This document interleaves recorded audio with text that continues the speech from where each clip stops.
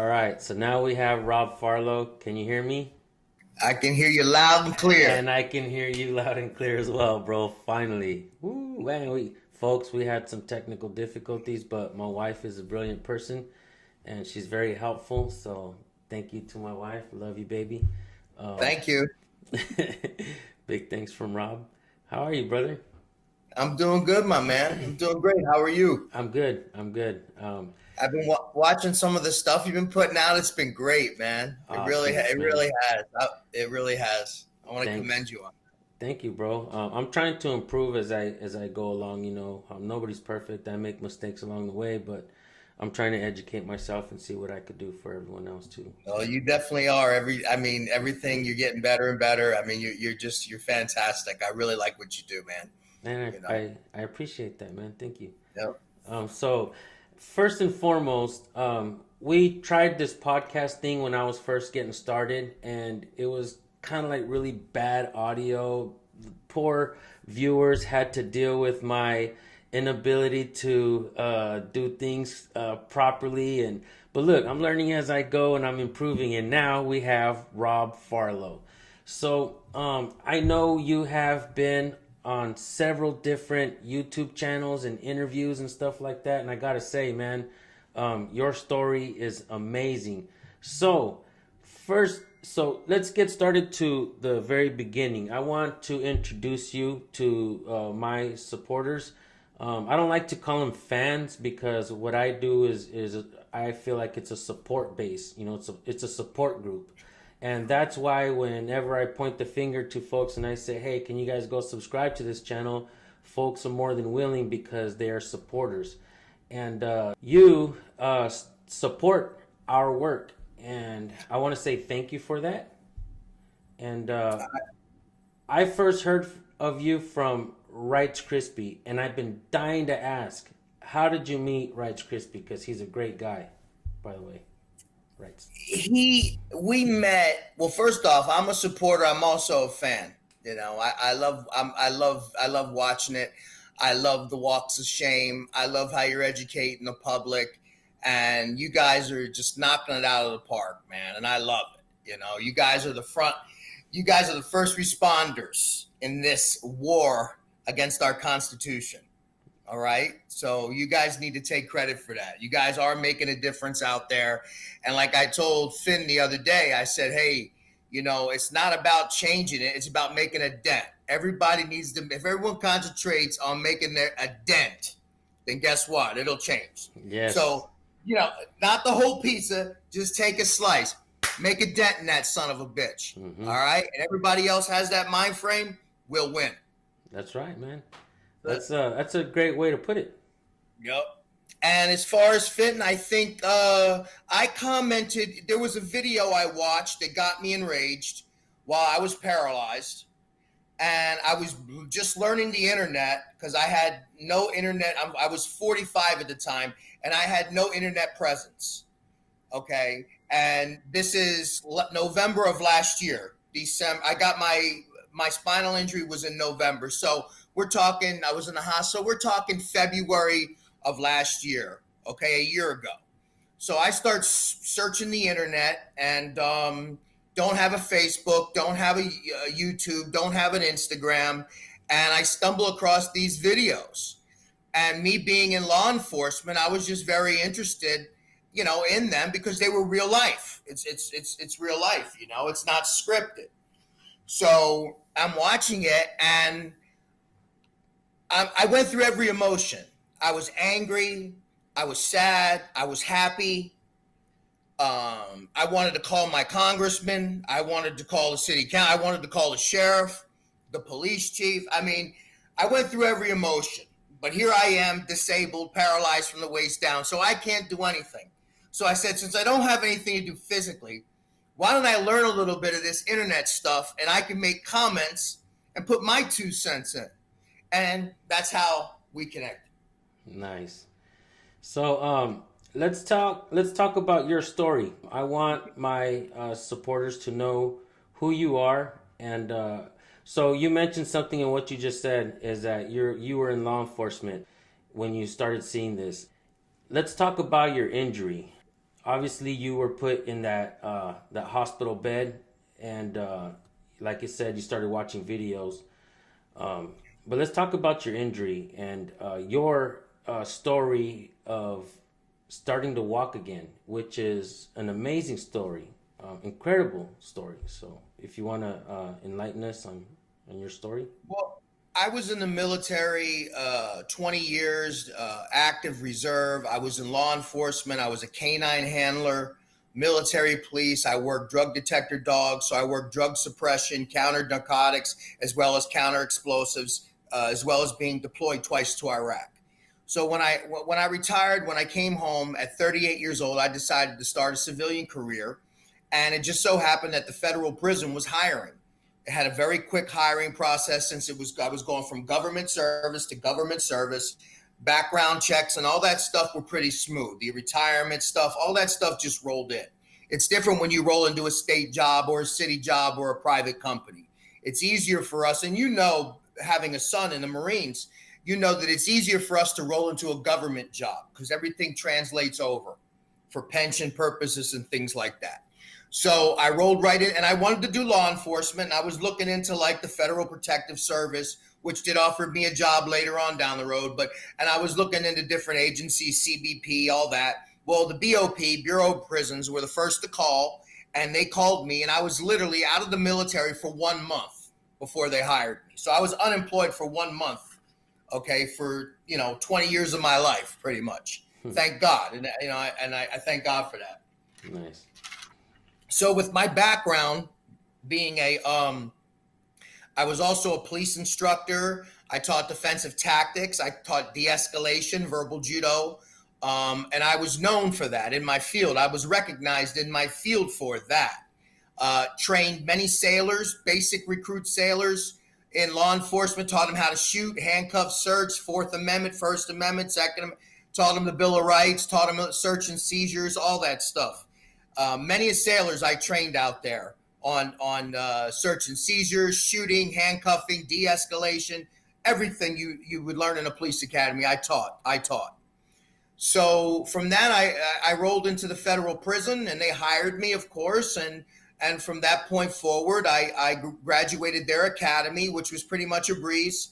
And I started working in the penitentiary, in the United States Penitentiary, Penn 1, in Coleman, Florida, which is right outside Ocala, Florida, Central Florida.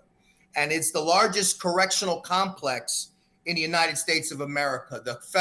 It's an FCC, which is a federal correctional complex. And it's the biggest one. There is no other one that even comes close to being as big as Coleman. Okay. We have 2 penitentiaries, 1 medium, 1 low, and a female camp. So we essentially got 5 prisons in one area, so to speak,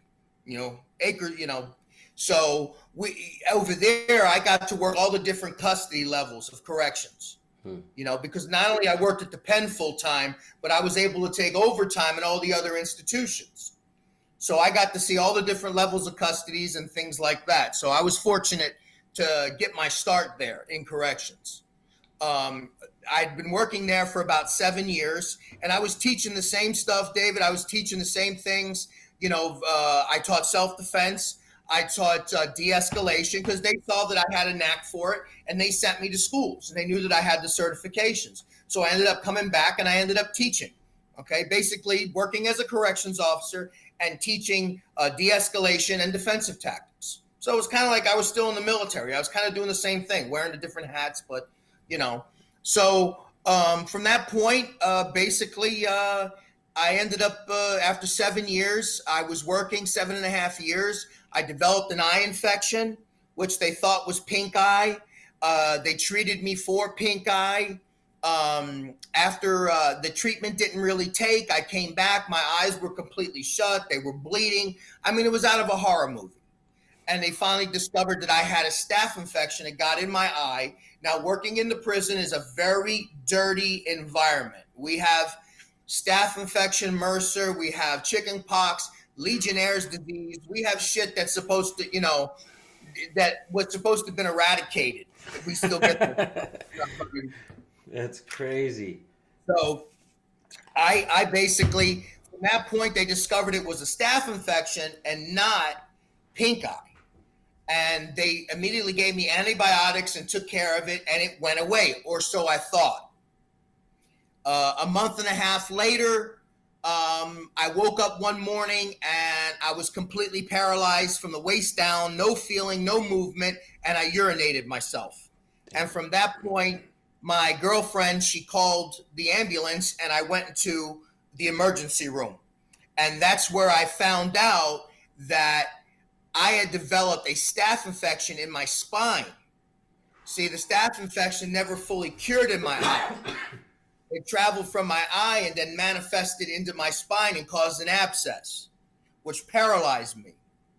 So from that point forward, they told me they had to do emergency surgery on me immediately, or not only was I never going to walk again, because they told me you will never walk again from the waist down. You will never have movement. That's all gone. So get it out of your mind. Damn. I'm trying to save you from the waist up, because if that abscess keeps growing, we're going to need to intubate you, and you're not going to be able to move nothing.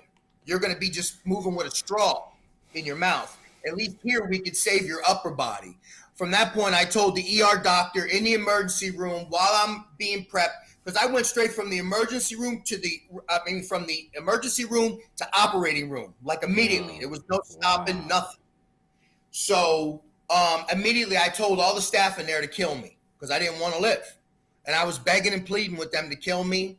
And from that point forward, then they ended up putting me out anyway. And then I woke up and there began my journey. Wow. And this was on my birthday too, November 27th, 2019. Shit. Yep. This happened in 2019? 19. Yep. 2019. And how old are you now? I'm 46 now. I'm 46 now. So I turned 45. That morning I woke up from surgery at 45 years of age, completely paralyzed from the waist down, wrapped up like a mummy, with a tube in my rectum, a tube in my penis, and a tube down my throat. Happy birthday, Robert. Wow. Damn, that's enough to want to give up, huh? You ain't kidding. I wanted to give up 1,000 times, but my heart just wouldn't let me. I just couldn't do it. I just couldn't tap out, man. I just couldn't. You know, for a lot of us who don't think that it can happen to us, your story is one to really consider, you know? Yeah. And just think about it, bro. I had medical coverage. Being a veteran and working at the prison, my bill was over $1 million. Thank God I had insurance. Imagine if I didn't. Even though physically I'm recovering by a miracle of God, but financially I never would have recovered, because even like the little bills, like the little things that like the insurance didn't cover, like some unnecessary doctor visits, because these doctors come in.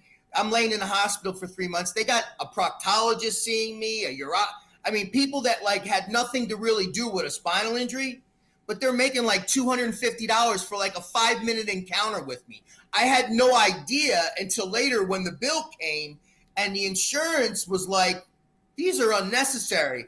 And the VA was like, yeah, these are unnecessary. So then they want to come after me for $800. Whoa. Yeah, exactly. Holy I'm like, shit. the insurance company deemed them unnecessary. The VA deemed them unnecessary. Who the fuck are you? I ain't paying you shit. I told them. They ever come after you for collections and shit like that? Oh yeah, they already got me in collections. They already put that in collections, but that's what they do, huh? That's crazy shit, man. They do that shit. Yeah. Even if they lie to you on the phone, they'll lie to you on the phone and they'll say, "Oh, don't even worry about it. Collections, mofo." Yeah. Oh yeah. No, they never told me that, because listen, they would send me a bill and I would laugh. I would say, wait a second, I got insurance. I got insurance through my job. I'm covered through the VA. I got insurance through my military. I'm like, this can't be for me. This is the wrong fucking guy. Maybe they just one hasn't talked to the other. Yeah. And then come to find out when they're in collections, and now I'm getting phone calls. Is this the Stone Sailor? No, this is Rob Farlow. Oh, wait, is this Rob Farlow? No, it's the Stone Sailor. That's funny, man. So, and I'm like, look, I ain't paying those damn. You guys are crazy. The VA deemed them unnecessary, and you know they'll pay any fucking thing. And the Blue Cross or whatever it is, the National Association of Letter Carriers Insurance I have, which is good insurance, they even deemed them unnecessary. But Two insurance agencies deemed them unnecessary, but you still want me to pay them? Necessary for me? I don't think so. You couldn't send your bill over to the insurance companies and shit? Oh, I did. And force them to pay that they shit? examined it. No, they examined it and they go, no, we didn't feel these tests were necessary. And they weren't. Wow. I mean, looking at them, they weren't. So, but they don't care. They just want to make you pay. Right. You know? So, but the thing is, I have insurance. Imagine if I didn't, bro. Imagine if I didn't. You want to call them all out by name? I'm just kidding. You know, when I'll go through and look at them and get them on another show. We'll call them out. I don't care. They call them whatever they want, but the check ain't in the mail. So you never gave up, man. When did you feel your first movement again? All right, now from that point, I had basically a coming to Jesus moment a couple days later with God, and I'll fast forward. I was in the hospital close to 3 months, so I'm home, and my fiance, my girlfriend at the time, it was about 3 months after being home. So I'm out of surgery 6 months, completely paralyzed for 6 months, and we're doing these stretches, these ridiculous stretches that I'm trying to do because I hear they're good. COVID's happening, so there's no therapy. So I start searching the internet to learn therapy to do it on my own. And I've come across those videos, First Amendment auditors, and physical therapy videos that were put out by physically disabled people. And watching them inspired me. So I was looking for the exercises they were doing, and I was trying to do them, but I had no feeling, I had no movement, and I was in severe back pain to the point where it would hurt me so bad that I would curl up in a ball, and I would spasm, and I would get ready to vomit because I would get so physically ill from uncontrollably shaken that I would get like motor sickness and like car sickness and want to throw up. And I still get this till this day sometimes. Wow. So we're sitting there one day and we're doing the stretches, and out of nowhere, my left toe started wiggling. And then I realized that it wasn't a spasm. I realized now that I was doing it on my own because I was slowing it down and I was controlling it. And her and I just looked at each other and we started crying. It was like my first glimmer of hope. It was like, you know, I've been stranded out here, dying in the water, treading water. Sharks are surrounding me. There's blood in the water. And I just knew it. I prayed and I didn't ask for nothing for myself. And I just knew it. I just knew it, you know, and he threw me a lifeline. And I'm like, thank you. And when I got that lifeline, I grabbed onto it and I said, I'm never going to let go. I'm just going to keep going. And from there, it just like a miracle. I started getting movement in crazy spots on my body, like my big left toe and my right butt cheek would like flex, boo-boo, boo-boo. So like I'm controlling these two things. Then my right calf started moving a little bit, like one of the muscles were spasming. So all these little things that were popping up, and every day it was like Christmas because I'm like, what's going to show up today? You know, like it's, you know, wow. So, and sometimes it wouldn't show up, and then I would start getting mad and like I was entitled to have it all, you know? And then I would stop myself and go, who the fuck are you?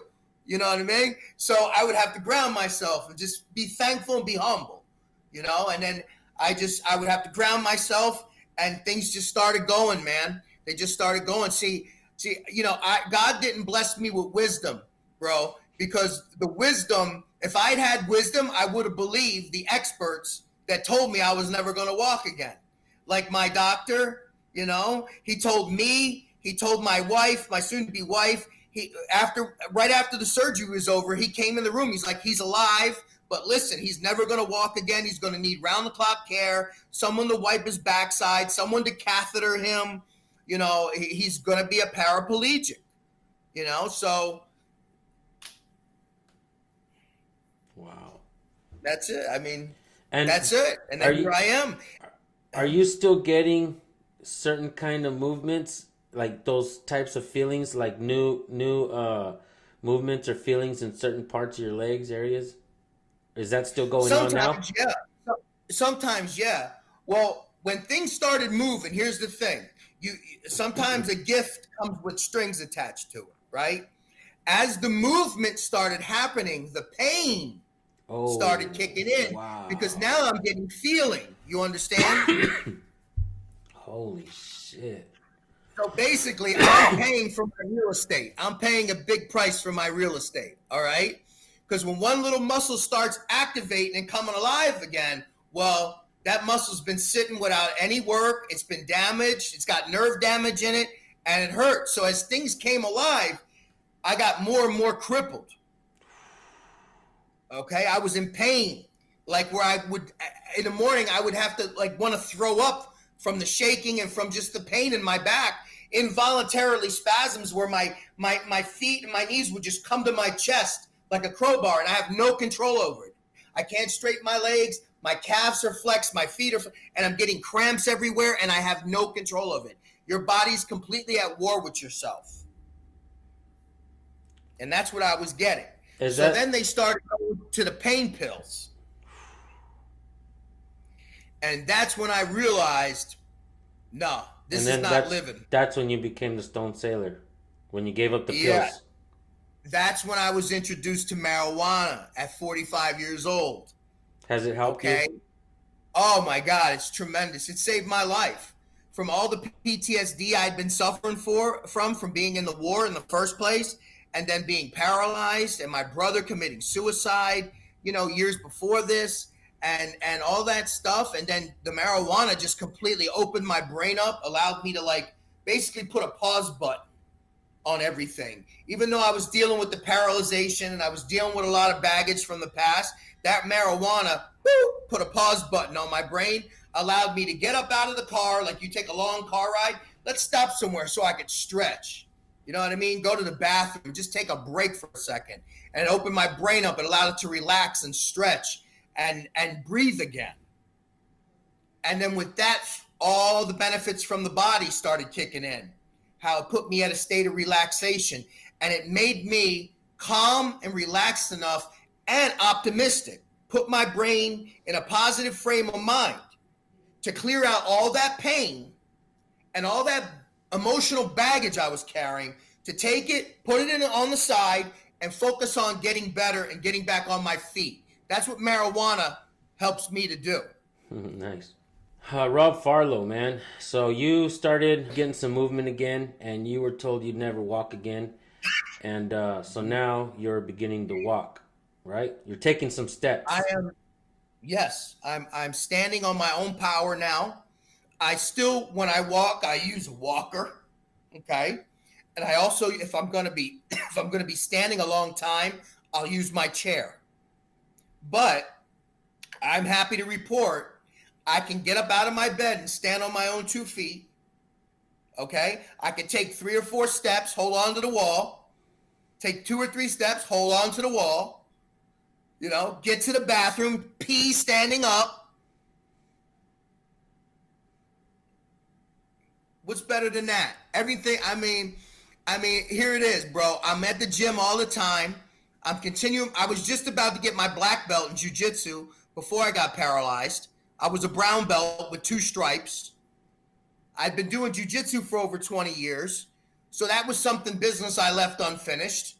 So now I'm back at jiu-jitsu. Yeah, I'm not grappling and all that stuff, but I'm doing the workouts. I'm doing the push-ups. I'm laying on the mat. I'm doing the elbow escapes. I'm drilling the moves softly. I'm getting a sweat. I'm doing the calisthenics and the camaraderie. And at the end of class, everybody lifts me up and walks me off to the mat because I can't walk on my own. But at the end of every class, they do that. They all pick me up and walk me off together. And I'm going to get my black belt. That is something that I said to myself, I'm coming back. You got to put goals, man. You got to have something to get up in the morning. You got to have goals. You got to set goals. That was a major goal of mine when I came back. It was to come back and get my black belt and get that monkey off my back. Nice. Because that's something that I've been waiting way too long to get. There's some really good camaraderie and sportsmanship in the MMA community. It's one of the reasons why I really like MMA. Two dudes talk a lot of crap after they duke it out. They give each other a hug and the respect. And a lot of times the guy that gets his ass kicked is like, "Thanks, bro. Thanks for the fight." And I'm like, "Hell yeah, that's tight." So I'm sure those guys welcome you with open arms in there and in the gym especially, and I'm sure those guys look at you and they say, "I ain't got nothing to complain about today," right? That's what they say, yeah. And it's crazy because I trained a lot of these guys now. They're purple belts, some are brown belts now, right with me. And I used to be able to kick the shit out of all of them. Now there's everybody in there. But I mean, it's not even about that. I just get there. But see, the thing is, I don't have boots on my legs. Okay. One day I will, because I'm fully confident. 3 steps turn to 4 steps very easily. 4 steps turn to 5 steps. It's just hard work. Okay. And I know I still have the knowledge and I still know how to teach. And that's what a black belt has to do. A black belt isn't in there fighting anybody. He should be teaching, or she should be teaching. So your story is amazing, bro. From when Finn called me and he first told me, "You're gonna love this guy," and he told me a lot about your story, and I was totally blown away. And we did a Bang podcast with you on there. It was amazing. Just hearing you and hearing your story of what you went through. Like I say, I'm going through a lot of crap behind the scenes over here, but when you text me, and you text me every morning, and I gotta say thank you for that, bro. Not very many people will do that. Sometimes not even my own brothers, actually they don't. Not you, man. I can tell you're just a good person and you mean well, and you're living your days happy, and that's hard to do when you feel like you've been dealt a bad hand or something. I feel like there's stories that I know about you that you haven't talked about today. It's very shocking, and I just gotta say, man, you're a tremendous person, a tremendous human being. Everybody that gets to know you or hears your story wants you on the podcasts and interviews. Deservingly so. Your story needs more recognition. There should definitely be a book. I do have a friend who's a publisher. If you do think about writing a book, we can get in contact. Absolutely. I'm honored to have you here doing a podcast with me. I do kind of have to cut it short because my sons are here and we're actually getting ready to go on a cop watch. But I want to say to my viewers that I really do appreciate Rob Farlow, the Stone Sailor, because he appreciates us. And it's not just about his story that is amazing. One of the things that is amazing to me is that, Rob, you support us in our work, and you have been in law enforcement. You've said things before like that totally blew me away when you said, and I've never really heard this from anyone before, when you say when you first got hired, you mentioned to fellow officers and everybody else that don't do anything shady in front of me because I'll turn you in. And I've said that, and that totally blew my mind because I felt if every police officer, if every corrections officer, if every government agent felt that way and behaved that way, then I think the people would get good service. But unfortunately, people are flawed. And the process for hiring the agents that we have today, you've also mentioned something that blew my mind that said that people have no life skills. They're hiring pretty much kids right out of high school with absolutely no life skills or any kind of medical training or any kind of de-escalation. And earlier you said that you trained in de-escalation. Maybe some of these paths you chose along the way, especially in your law enforcement career, helped mold and shaped your thought process to where you were able to look past our mistakes as auditors, cop watchers. We fumble a lot out there, mess up, but you were able to see past our mistakes and see the true educational value to what we bring to the table, you know. I just want to say that I truly, truly, truly do appreciate you and thank you because you're willing to share your story with us and support us. And I got to say for that, you'll always have my support. And I would love to be your friend, your amigo for the rest of our days, you know, talk more. Don't ever stop texting me, bro. I appreciate you every morning texting me. Sometimes I'll just be like in a bad mood. Sometimes I'm busy, you know, and be like, oh, I got to text him back real quick. Good morning, brother. But when I'm in a, like, say for instance, I think it was yesterday you text me and I was kind of in a bad mood, man. And I was like, his story. I was like, the fuck am I worried about? What am I tripping on? Yeah. And I was like, you know what, Rob? Thank you, bro. And let's do a little podcast tomorrow, you know, and here we are. Thank you. Do you want to say anything to my viewers, my supporters? And I got to say before we go that we're definitely going to do this again, especially because I have to cut the time short.